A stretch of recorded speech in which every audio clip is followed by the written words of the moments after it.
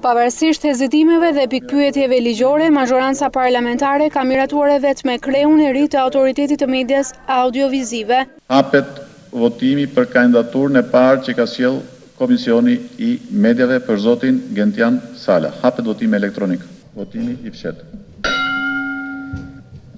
Me 79 vota pro, 1 kundër, asnjë abstenim.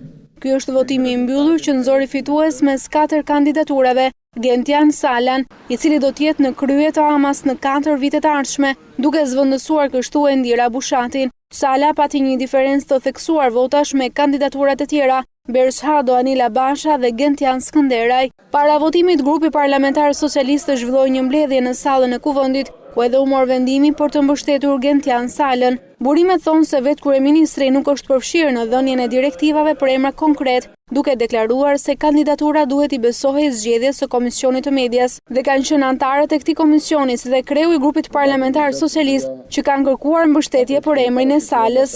Ndërkohë, pas kësaj vendimarrje, mësohet se edhe kryeparlamentari Ilir Meta është shprehur se ai mbështeste zgjedhjen e Partisë Socialiste. Sipas ligjit, Kuvendit në seancë duhet i dërgoheshin vetëm 2 kandidatura, pasi nga 4 emrat e fundit duhet të skualifikoheshin 2 prej opozitës. Në mungesë të saj në Komisionin e Medias, shumica vendosi që të dërgojë për votim në Kuvend të 4 emrat.